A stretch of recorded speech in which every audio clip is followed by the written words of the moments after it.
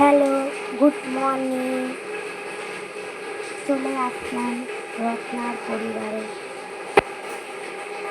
দেখো, আমি আমার ঠাকুর ঘরে সমস্ত কাজ সেরে সকালবেলা আমার নিজের ছোট্ট ফুলের বাগান থেকে ফুল তুলে তারপরে ঠাকুর ঘরে ঠাকুর দেওয়া হলো।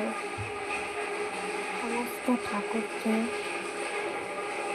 সেই ফুল দিয়ে সাজানো হলো। কিছু ফুল কেনা আছে।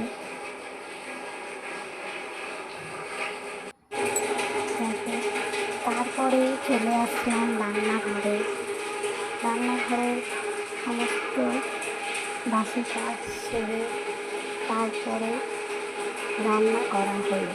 আজ অল্প রান্না করে ছেড়ে দিলাম, কারণ আমরা দুইজন, তাই সবাই নেমন্তন্ন বাড়িতেই দিয়েছি।